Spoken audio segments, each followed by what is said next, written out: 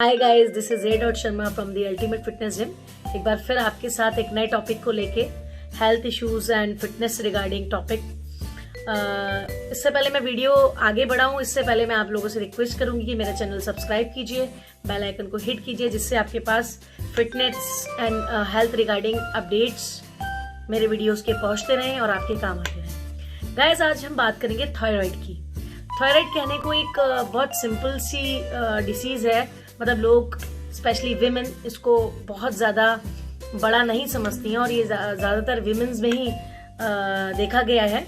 हालांकि मेंस में भी होता है, बट विमेन्स में कंपैरेटिवली ज़्यादा होता है। आई थिंक रेशियो ये है आज के टाइम पे इंडिया का कि 100 में से 70% जो लेडीज़ हैं, गर्ल्स हैं, वो इससे अफेक्टेड हैं। और बट इसका कोई पर्टिकुलर एक ट्रीटमेंट नहीं है। डॉक्टर्स भी कई बार नहीं प्रॉपर बता पाते हैं कि हम जो लोग थायराइड के पेशेंट्स हैं उनको क्या करना चाहिए, क्या नहीं करना चाहिए, क्या डाइट लेनी चाहिए। तो उसी के बारे में हम आज बात करेंगे। गाइस, मेरे जिम में बहुत सारे क्लाइंट्स ऐसे हैं जो थायराइड पेशेंट हैं, बट वो कोशिश करते हैं, अपना वॉक करते हैं, वर्कआउट करते हैं, घर पे भी वर्कआउट करते हैं, मेडिसिन लेते हैं, फैट बर्नर्स लेते हैं। उसके बाद जब कोई इफेक्ट नहीं आता उनके फैट पे, तो वो फिर जिम आते हैं, जिम आके एक्सरसाइज करते हैं, फिर भी इफेक्ट नहीं आता। उसका रीज़न ये है कि थायराइड के जो पेशेंट होते हैं उनका जो फैट होता है वो बहुत स्टबर्न होता है। अच्छा, थायराइड भी दो तरीके के होते हैं, हाइपोथायराइडिज्म एंड हाइपरथायराइडिज्म। एक होता है जिसमें हमारी बॉडी एकदम वीक हो जाती है, एकदम वीक, हमारी बॉडी का जो फैट रेशियो है एकदम डिक्रीज हो जाता है, हमारी बॉडी की बोन्स दिखने लगती हैं, स्किन का जो फैट होता है और जो स्किन होती है वो एकदम श्रिंक हो जाती है। एक होता है हमारा जिसमें हम फैट गेन करते हैं और इतना गेन करते हैं कि वो हमारे कंट्रोल से बाहर हो जाता है। तो दो तरीके का थायराइड होता है। दोनों ही थायराइड में बॉडी को बहुत ज्यादा हार्म होता है। थायराइड होता क्या है? थायराइड एक बटरफ्लाई शेप ग्लैंड होता है जो हमारे नेक में, हमारे थ्रोट में, यहाँ पर इस जगह पे प्लेस होता है। जब तक ये नॉर्मल रहता है, जब तक ये इसका नॉर्मल रूप रहता है, तब तक ये बॉडी को हार्म नहीं करता बल्कि बेनिफिट्स देता है। बट जब हम थायराइड पेशेंट बन जाते हैं, जब हमारा थायराइड बिगड़ जाता है, तो ये बॉडी को बहुत सारे नुकसान पहुंचाता है जो कि हमको नहीं पता होता। हमको सिर्फ इतना पता होता है कि हमको थायराइड हो गया है, वो भी तब जब हमारी बिल्कुल वर्स्ट स्टेज आ जाती है, मींस 3rd या 4th स्टेज में हमारा थायराइड पहुंच जाता है, तब हमको ये बात पता चलती है। उससे पहले हम इस पर ध्यान भी नहीं देते। तो सबसे पहले हम बात करेंगे थायराइड होता क्यों है। थायराइड किसी भी रीजन से हो सकता है, there are plenty of reasons of it. Pregnancy के ड्यूरिंग थायराइड हो जाता है कई बार, प्रेगनेंसी के डिलीवरी होने के बाद थायराइड हो जाता है कई बार जब आप अपनी जगह चेंज करते हैं, जैसे कि आप बाय बर्थ आप कहीं पर रहे हैं, आपका बॉर्न एंड ब्रॉट अप वहाँ पे हुआ है, उसके बाद आफ्टर मैरिज आपको जगह चेंज करनी पड़ी है, या फिर आप जॉब में हैं तो आपको फ्रिक्वेंट जगह चेंज करनी पड़ रही है। तो जो वाटर होता है, अलग अलग जगह का वाटर, वो भी बॉडी में इफेक्ट करके थायराइड को एग्रेसिव कर सकता है, थायराइड हमारा बिगड़ सकता है। और भी बहुत सारे रीजंस होते हैं, हमारे ईटिंग हैबिट्स हैं, हमारी बॉडी के अंदर हम लोग किस तरीके से बॉडी को मेंटेन करके रखते हैं। हम एक लेजी लाइफस्टाइल फॉलो अप कर रहे हैं स्टार्टिंग से, हम बहुत ज्यादा फूडी हैं, हम जंक फूड खा रहे हैं, ऑल दैट। मतलब इट डिपेंड्स कि क्या सिचुएशन है। थायराइड के बहुत सारे रीजंस हैं। तो बेसिकली थायराइड होने के बाद हमारी बॉडी कंप्लीट तरीके से खराब हो जाती है। थायराइड कैसे पता चलता है कि थायराइड हमको हुआ है?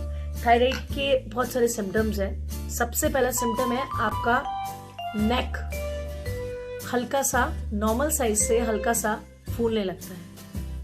मतलब आपको खुद विजिबल हो जाएगा, अगर आप ध्यान से अपने नेक को देखें, जो हमारा नेक का नॉर्मल साइज है उससे वो थोड़ा सा सोलप हो जाएगा। सेकंड, आपकी वॉइस चेंज होने लगेगी, फ्रिक्वेंटली आपकी वॉइस बैठने लगेगी, आप ज़्यादा शाउट कर दें, आप ठंडा पानी पी लें, ये तो एक नॉर्मल चीज़ है कि हमारी वॉइस बैठ जाती है, हमको बोलने में तकलीफ होती है, हमारे गले में दर्द होता है। बट विदाउट एनी रीजन आप सो के उठे और आपकी वॉइस जो है भारी है, भारीपन आ जाता है एक वॉइस में, एक नॉर्मल टोन जो हमारी है, जिस तरीके से हम बचपन से बोलते आ रहे हैं, वो टोन चली जाती है। Third one is here fall बहुत फ्रिक्वेंट होता है, बहुत ज्यादा हेयर फॉल होने लगता है एंड स्किन एकदम ड्राई हो जाती है, डैमेज हो जाती है, स्किन रूखी रूखी लगने लगती है, स्किन में क्रैक्स आने लगते हैं, हाथ में, एड़ियों में, पैरों के, हमको फील होता है कि हमारी स्किन बहुत ज़्यादा ड्राई हो रही है। लिथार्जिकनेस रहती है, लेजीनेस रहती है, इंसोमेनिया की भी प्रॉब्लम देखी गई है कई पेशेंट्स में, रात में प्रॉपर तरीके से नींद नहीं आती है, पूरे दिन बॉडी लेजी रहती है, बोन्स में पेन रहता है, जॉइंट में पेन रहता है, बॉडी के जॉइंट्स में पेन रहता है, साइट सडन वीक हो जाती है, इसके अलावा डिप्रेशन सा होने लगता है और फटीग होने लगती है, कभी बहुत ज़्यादा क्रेविंग होगी, कभी आप you feel like very much hungry, कभी पूरे दिन कुछ खाने का मन नहीं करेगा। तो ये सारे सिम्टम अलग अलग लोगों में अलग अलग तरीके से हो सकते हैं, बट सिम्टम्स वही होते हैं जो मैंने बताए। कुछ लोगों को इंसोम्निया की प्रॉब्लम नहीं होती, कुछ लोगों को केवल ड्राइनेस होती है स्किन के अंदर, तो अलग अलग डिपेंड्स कि आपका थायराइड लेवल किस लेवल तक, थायराइड आपका किस लेवल तक पहुंचा है। इनमें से कोई भी सिम्टम होने पे सबसे पहले अपना थायराइड चेक कराएं। थायराइड चेक कराने के लिए ये नहीं है कि आपको सिम्टम्स फील हो रहे हैं, आप हर 6 मंथ में जब अपना लिपिड प्रोफाइल कराएं या 1 ईयर में जब अपना लिपिड प्रोफाइल कराएं, जो नॉन थायराइड पेशेंट्स हैं वो थायराइड टेस्ट जरूर कराएं। अब थायराइड होने के बाद वो बॉडी में कैसे वर्क करता है। थायराइड हमारा, मैंने जैसे अभी बताया, बटरफ्लाई शेप ग्लैंड होता है यहाँ पर, ये बहुत सारे हार्मोन्स सेक्रेट करता है जिससे आपका बॉडी का फंक्शनिंग जो होता है वो प्रॉपर चलता है। आपका मेटाबॉलिक रेट हाई रहता है, आपका इम्यून स्ट्रांग रहता है, आपका लीवर प्रॉपर वर्क करता है, आपका फूड डाइजेशन प्रॉपर रहता है। बट जब ये बिगड़ता कैसे है, T3 T4 हमारे थायराइड के मेन हार्मोन सेक्रेशन प्रोसेस है। जब T3 T4 हमारा बैलेंस नहीं रहता, ऊपर नीचे हो जाता है या बॉर्डर लाइन क्रॉस कर देता है, तो हमारा TSH बिगड़ जाता है, जिसकी वजह से हमारी बॉडी के अंदर थायराइड का सेक्रेशन या तो बहुत कम होने लगता है या थायराइड हार्मोन सेक्रेशन बहुत ज्यादा होने लगता है। दोनों ही कंडीशन में बैलेंस बिगड़ जाता है। कम होने लगता है तो वो हाइपोथायराइडिज्म हो जाता है, ज्यादा होने लगता है तो वो हाइपोथायराइडिज्म हो जाता है। दोनों में ही, एक में वेट लॉस होने लगता है, एक में वेट गेन होने लगता है। वेट लॉस और वेट गेन होने तक बात होती तो कोई बात नहीं थी, वो आप जिमिंग से, डाइट से ठीक कर सकते हैं। बट इसकी वजह से बॉडी के बहुत सारी चीजों को नुकसान पहुंचता है। आपका बॉडी का इम्यून खराब होता है, आपका मेटाबॉलिक रेट स्लो हो जाता है, आप स्लगिश फील करते हैं, आपको बॉडी में फटीग होती है, स्किन एलर्जीज हो सकती हैं, सनबर्न्स हो सकते हैं। और इसके अलावा मोस्ट इम्पॉर्टेंटली थायराइड का जो मेन साइड इफेक्ट है वो बॉडी से मॉइस्चर खींचने लगता है। आपकी बॉडी को डिहाइड्रेट रखता है और बॉडी से मॉइस्चर खींचता है। स्किन से मॉइस्चर खींचता है तो स्किन हमारी डैमेज होने लगती है, ड्राई होने लगती है। ठीक, जब हमारी बॉडी के अंदर के पार्ट से, बोन के अंदर जो बोन मैरो रहती है उसको खींचने लगता है तो हमको जॉइंट पेन होते हैं। जब हमारे बोन्स का लिक्विड बोन मैरो जिसको हम बोलते हैं वो कम होने लगेगा, हमारी बॉडी की जो जिन पार्ट्स में जॉइंट है उसमें एक तरीके का ग्रीज होता है, यू कैन से ऑयल होता है, मॉइस्चर होता है, वो खींचने लगेगा तो ऑब्वियसली जॉइंट पेन होता है। आगे चल के यही अर्थराइटिस का रूप ले लेता है। जब हमारे लीवर पे इफेक्ट आता है थायराइड हार्मोन के सेक्रेशन बैलेंस ना होने के वजह से, तो हमारा फैटी लीवर हो जाता है। हमारे लीवर पे इफेक्ट होता है क्योंकि हमारी बॉडी खाने को ढंग से पचा नहीं पाती है, डाइजेस्ट नहीं कर पाती है, बॉडी डिहाइड्रेट रहती है, जिसकी वजह से आपको प्रॉपर नींद नहीं आती है, आपके बाल झड़ते हैं। तो ये सारे रीजन, सिम्टम्स, सब चीजें मैंने आपको बताई थायराइड के बारे में। अब सबसे इंपॉर्टेंटली थायराइड ठीक कैसे किया जाए।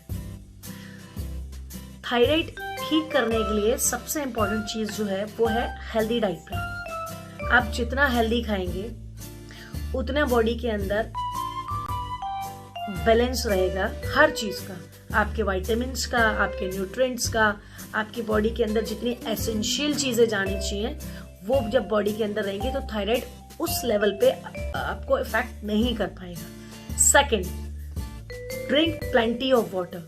वाटर का सबसे इंपॉर्टेंट रोल है, क्योंकि थायराइड आपकी बॉडी से मॉइस्चर को खत्म करता है। तो आप अगर पानी पिएंगे ज्यादा तो आपकी बॉडी में और स्किन में मॉइस्चर मेंटेन रहेगा।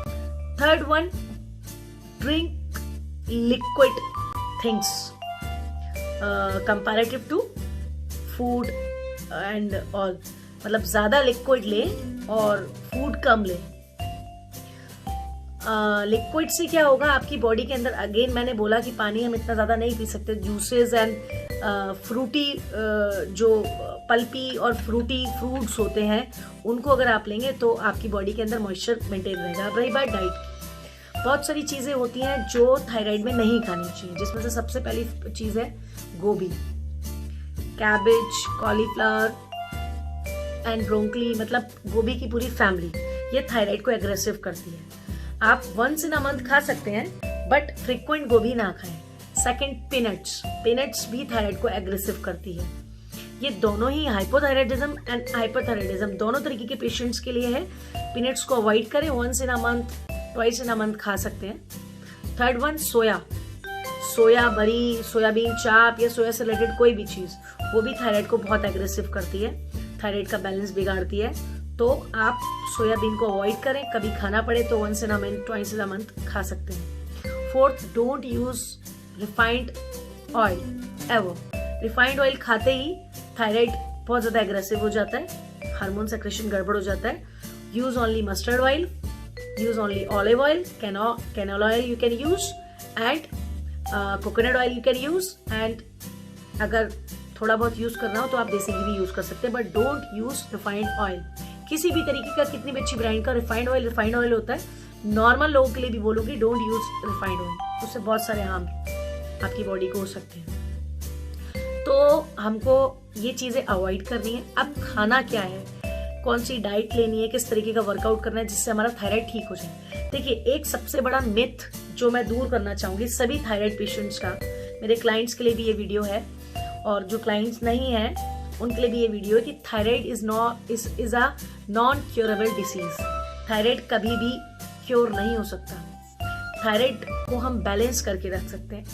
कई लोग क्या करते हैं कि थायराइड की मेडिसिन को ये सोच के कि उसके बहुत सारे साइड इफेक्ट्स होंगे, बॉडी के अंदर हार्म होगी, हम डेली मेडिसिन क्यों खाएं, वो मेथी का पानी, जीरे का पानी, ये पानी, वो पानी, अपने आयुर्वेदिक एंड वो जितने भी ये सब घरेलू उपचार होते हैं वो करते हैं, या फिर वो होम्योपैथिक की तरफ चले जाते हैं। तो ये सब चीजें होती हैं। बट देखिए, थायराइड अगर आपका मेंटेन चल रहा है तो ठीक है, लेकिन थायराइड हमेशा फ्लक्चुएट करता रहता है। जैसे ही आपने थायराइड की फेवरेबल चीजें नहीं की, कोई भी सिम्टम्स ऐसे जो उसकी फेवरेबल नहीं है वो जैसे ही आपने किए वैसे ही थायराइड बिगड़ेगा और आपको पता भी नहीं चलेगा।